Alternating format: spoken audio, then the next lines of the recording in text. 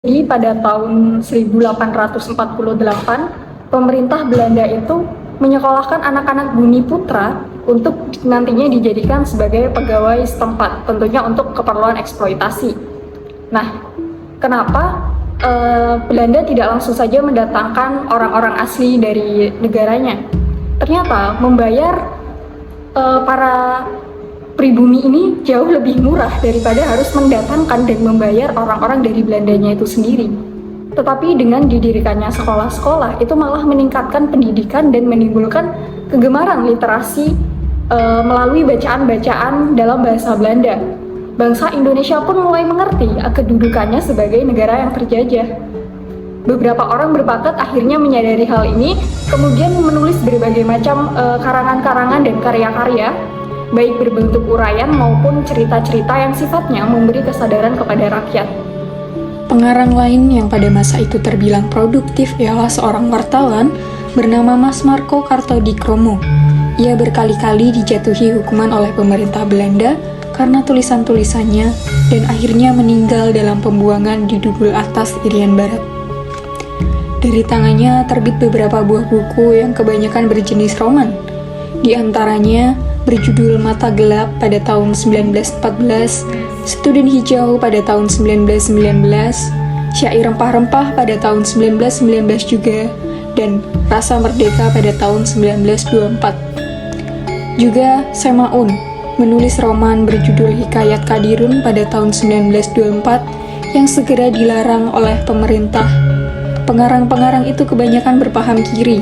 Semaun misalnya, pada saat itu ia menjadi salah satu seorang pemimpin dalam Partai Komunis Indonesia. Roman-roman yang ditulis dalam bahasa Melayu tidak bernada menghasut dan lebih banyak bersifat menghibur.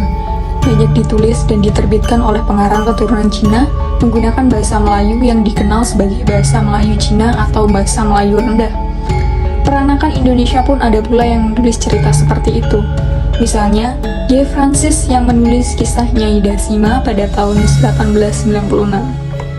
Melihat keadaan itu, tentu saja pemerintah jajahan Belanda merasa khawatir. Sementara kaum-kaum terpelajar Indonesia yang sudah mendapat pendidikan barat dapat menguasai bahasa Belanda dan mampu membaca buku-buku karya pengarang Belanda yang membela hak kemerdekaan bangsa pribumi.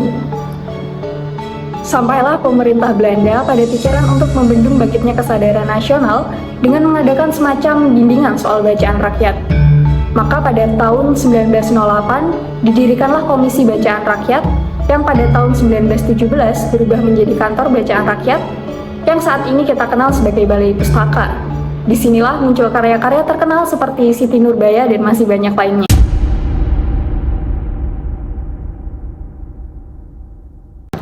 Dalam majalah Jong Sumatera pada tahun 1920, dimuat sebuah sajak 9 seuntai ciptaan seorang pemuda calon politikus bernama Muhammad Yamin berjudul Tanah Air. Muhammad Yamin dikenal sebagai pemuda yang mempopulerkan bentuk soneta pada masa itu. Dari riwayat pendidikannya di sekolah-sekolah Belanda yang ada di Indonesia, bahkan mendapatkan gelar Mister in the Reason, sarjana hukum, dan dari keterlibatannya dalam organisasi politik maupun perjuangan kemerdekaan seperti Jong Sumatera dan Bon, tampaklah bahwa Yamin termasuk seseorang yang berwawasan luas. Walaupun pendidikannya pendidikan barat, ia tidak pernah menerima mentah-mentah apa yang diperolehnya itu, sehingga ia tidak menjadi kebarat-baratan. Ia tetap membawakan nasionalisme dan rasa cinta tanah air dalam karya-karyanya. Barangkali hal ini merupakan pengaruh lingkungan keluarganya karena ayah dan ibu Yamin adalah keturunan kepala adat di Minangkabau. Ketika kecil pun, Yamin oleh orang tuanya diberi pendidikan adat dan agama hingga tahun 1914. Dengan demikian dapat dipahami apabila Yamin tidak terhanyut begitu saja oleh hal-hal yang pernah diterimanya, baik itu berupa karya-karya sastra barat yang pernah dinikmatinya maupun sistem pendidikan barat yang pernah dialaminya. Peran Muhammad Yamin selain mempopulerkan bentuk soneta, yakni menerbitkan kumpulan sajak berjudul Indonesia Tumpah Darahku, yang bertepatan dengan Kongres Pemuda II tanggal 28 Oktober 1928. Dalam kumpulan sajaknya yang kemudian ini, Yamin mulai menyanyikan kebesaran dan keagungan Nusantara. Ia menyanyikan kebesaran dan keagungan sejarah berbagai kerajaan dan suku bangsa di seluruh Nusantara seperti kerajaan-kerajaan Majapahit, Sriwijaya, Pasai, dan lain-lainnya. Dan segala keagungan serta keluhuran masa silam bangsanya itu telah menimbulkan kesadaran pada dirinya. Tetapi kenyataan yang dilihatnya sehari-hari menyatakan bahwa tanah airnya yang mulia dan kaya raya itu tidak merdeka. Penyair sezaman dengan Yamin yang juga sadar akan tugasnya untuk berjuang guna kemerdekaan bangsanya ialah Rustam Effendi. Seperti juga dengan Yamin, Rustam setelah dewasa bergerak di dunia politik, menjadi politikus dan tak pernah menulis karya sastra lagi. Rustam menulis 2 buku, yang pertama berjudul Bebasari tahun 1924 dan yang kedua berjudul Percikan Permenungan tahun 1926. Bebasari adalah sebuah drama bersajak. Di dalamnya dikisahkan perjuangan seorang pemuda yang membebaskan kekasihnya dari cengkeraman keserakahan raksasa. Namun, sebenarnya kisah ini bukan hanya tentang seorang pemuda yang ingin membebaskan kekasihnya saja. Drama ini adalah perlambangan dari cita-cita pengarangnya. Kekasih yang hendak dibebaskan si pemuda adalah lambang tanah air yang sedang berada dalam cengkeraman penjajah. Hal ini juga yang otomatis membuat buku ini segera dilarang beredar oleh pemerintahan Belanda. Dari segi sejarah sastra Indonesia, buku ini penting karena merupakan sandiwara pertama yang ditulis dalam bahasa Indonesia dengan bentuk sajak. Bukunya yang lain, Percikan Permenungan, merupakan kumpulan sajak. Sajak-sajak yang dimuat dalam kumpulan ini merupakan percobaan-percobaan berani yang dilakukan oleh Rustam Effendi dalam menulis puisi Indonesia yang sedapat mungkin lepas dari tradisi sastra Melayu. Dengan demikian dapat dipahami apabila Yamin tidak terhanyut begitu saja oleh hal-hal yang pernah diterimanya, baik itu berupa karya-karya sastra barat yang pernah dinikmatinya maupun sistem pendidikan barat yang pernah dialaminya. Peran Muhammad Yamin selain mempopulerkan bentuk soneta, yakni menerbitkan kumpulan sajak berjudul Indonesia Tumpah Darahku, yang bertepatan dengan Kongres Pemuda II tanggal 28 Oktober 1928. Dalam kumpulan sajaknya yang kemudian ini, Yamin mulai menyanyikan kebesaran dan keagungan Nusantara. Ia menyanyikan kebesaran dan keagungan sejarah berbagai kerajaan dan suku bangsa di seluruh Nusantara seperti kerajaan-kerajaan Majapahit, Sriwijaya, Pasai, dan lain-lainnya.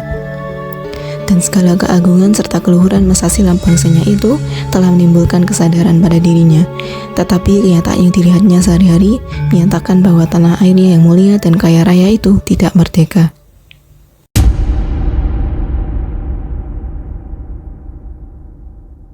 Adapun roman-roman terbitan dari Balai Pustaka adalah sebagai berikut.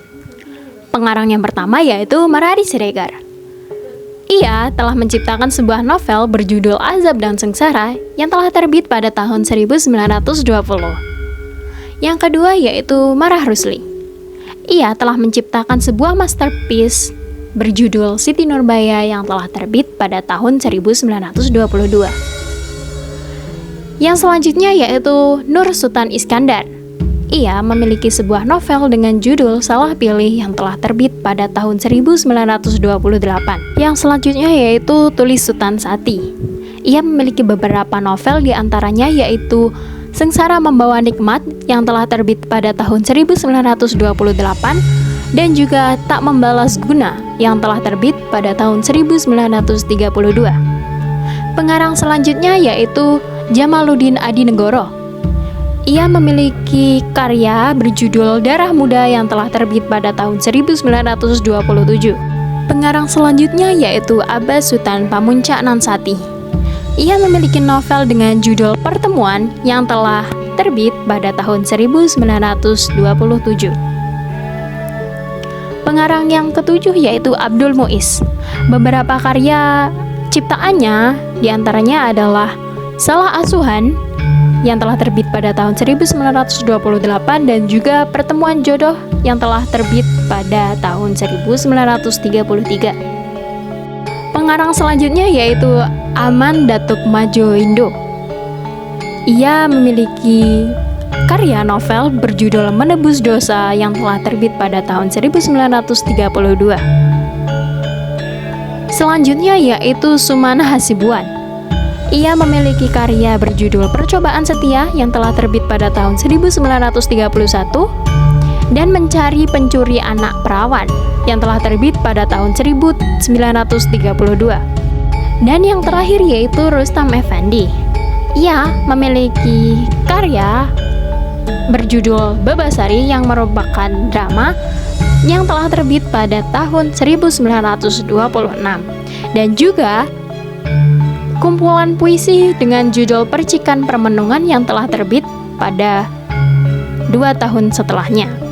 Nah, yang selanjutnya yaitu ciri sastra terbitan Balai Pustaka beserta roman-romannya. Ciri sastra terbitan Balai Pustaka memiliki beberapa ciri-ciri yang menjadikan karya sastra angkatan ini khas dan berbeda dengan angkatan lainnya.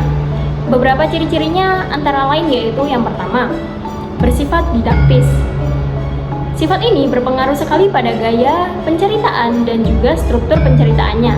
Semuanya ditujukan kepada pembaca dengan tujuan untuk memberikan nasihat. Ciri yang kedua yaitu gaya bahasa mempergunakan perumpamaan klise, pepatah, dan juga peribahasa. Para penyairnya masih banyak yang mempergunakan model dari puisi-puisi lama, pantun, dan juga syair seperti yang terlihat pada karya tulis Sutan Sati dan Abbas Sutan Pamunca.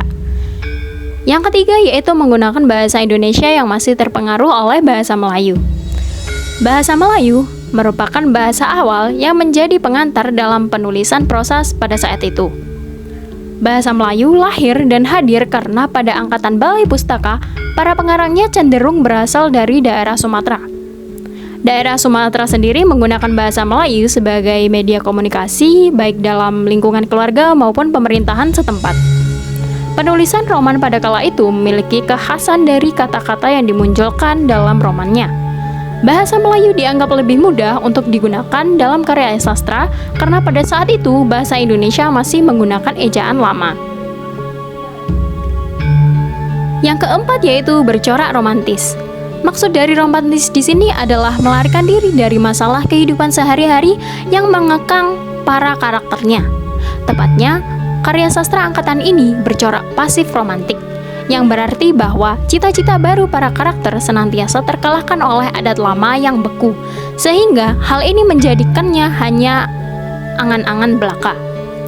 Itulah sebabnya dalam mencapai cita-citanya, para pelaku utama seringkali kandas, misalnya karena mereka dibuat mati oleh para pengarangnya. Yang kelima yaitu permasalahan adat, terutama masalah adat kawin paksa, permaduan, dan sebagainya. Ada daerah ini berkaitan dengan adanya pernikahan yang ditentukan oleh orang tua atau dapat dikatakan orang tua menjodohkan anaknya dengan orang lain meskipun di satu sisi si anak tidak senang atau suka dengan orang yang menjadi pilihan dari orang tuanya. Dan setiap wilayah di Indonesia memiliki adat kedaerahan yang tentu saja berbeda. Yang keenam yaitu pertentangan paham antara kaum tua dan juga kaum muda. Kaum tua ini mempertahankan adat lama sedangkan kaum muda menghendaki kemajuan menurut paham kehidupan modern. Kita bisa mengambil contoh dari novel Salah Asuhan, Si Cebol Rindukan Bulan yang memiliki kecenderungan simpati kepada yang lama, bahwa yang baru tidak semuanya membawa kebaikan. Ciri yang ketujuh yaitu latar dari cerita pada umumnya, latar daerah, pedesaan, dan kehidupan daerah. Misalnya, yaitu pada novel Siti Nurbaya memiliki latar tempat di daerah Padang. Ciri yang ke-8 yaitu teknik penokohan dan perwatakannya menggunakan analisis langsung. Misalnya saja, pada penggambaran tokoh Datuk Maringgi dalam novel Siti Nurbaya Kasih Tak Sampai oleh Marah Rusli pada tahun 1922. Badannya kurus tinggi, punggungnya bungkuk udang, dadanya cekung serta kakinya pengkar, kepalanya besar tetapi tipis di muka serta sulah pula. Rambutnya tinggal sedikit sekeliling kepalanya itu, telah putih sebagai kapas di busur. Misai dan janggutnya panjang, tetapi hanya beberapa helai saja, tergantung pada dagu dan ujung bibirnya, melengkung ke bawah. Umurnya lebih dari setengah abad. Matanya kecil tetapi tajam, hidungnya bungkuk, mulutnya besar, giginya hitam dan kotor, yang di muka keluar sebagai gigi tupai. Telinganya besar seperti telinga gajah, kulit mukanya berkarut-marut dan penuh dengan bekas penyakit cacar. Yang kesembilan yaitu cerita bermain pada zaman sekarang, bukan di tempat lain dan zaman antah berantah. Peristiwa yang diceritakan sesuai dengan realitas kehidupan di masyarakat. Dan yang terakhir adalah cita-cita kebangsaan belum dipermasalahkan. Masalah masih bersifat kedaerahan.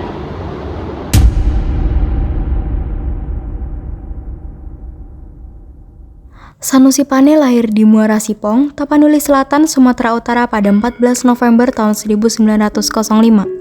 Ia merupakan kakak dari seorang sastrawan yang bernama Armin Pane. Sanusi Pane mengawali pendidikannya di HIS, tepatnya di Padang Sidempuan, lalu pindah ke Tanjung Balai dan bersekolah di ILS, tepatnya di Sibolga. Setelah lulus, Sanusi Pane melanjutkan ke Mulo, tepatnya di Padang, dan pendidikan tersebut diselesaikannya di Jakarta dan lulus pada tahun 1925. Lalu pada tahun 1929 hingga tahun 1930, Sanusi Pane berkunjung ke India dan masa inilah yang berpengaruh besar terhadap karya sastra Sanusi Pane.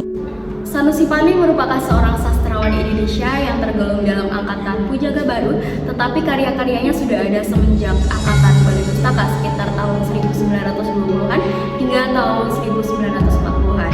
Nah, mengapa Sanusi Pane ini tidak dimasukkan ke dalam angkatan Balai Pustaka? Karena karya-karyanya ini mengarah pada idealisme Pujangga Baru. Ciri khas dari karya sastra Sanusi Pane adalah banyak mengandung unsur budaya Hindu-Buddha, berbagai aliran filsafat yang berkembang, paduan antara kebudayaan timur dan kebudayaan barat, persatuan jasmani dan rohani, dunia dan akhirat, idealisme dan materialisme. Hal itu sudah tercermin pada karyanya yang berjudul Manusia Baru. Karya-karya dari Sanusi Pane adalah sebagai berikut. Yang pertama yaitu Pancaran Cinta, yang kedua Prosa Berirama, yang ketiga Puspa Mega, yang keempat Kumpulan Sajak, yang kelima Airlangga, yang keenam Enza Megaruda Flute, yang ketujuh Madah Kelana, yang kedelapan Kertajaya, yang kesembilan Sandia Kalanang Majapahit, yang kesepuluh Manusia Baru, dan yang ke-11 adalah Kakawin Arjuna Wiwoho. Karir dari Sanusi Pane ini berawal menjadi profesi guru, yaitu di Jakarta. Lalu beliau berpindah ke Lembang lagi, dan akhirnya beliau berpindah lagi ke sekolah menengah perguruan rakyat tepatnya di Jakarta. Lalu Sanusi Pane ini juga aktif di dunia politik, dan akibat terlalu aktif di dunia politik ini, Sanusi Pane akhirnya dipecat dari profesi guru. Tidak hanya Partai PNI, Sanusi Pane juga pernah mengikuti organisasi seperti kepemudaan kala itu, seperti Jong Sumatera dan Gerindo. Lalu pada tahun 1931 hingga tahun 1933, Sanusi Pane bekerja sebagai redaktur di majalah Timbul dan pada akhirnya menjadi redaktur di Balai Pustaka pada tahun 1941.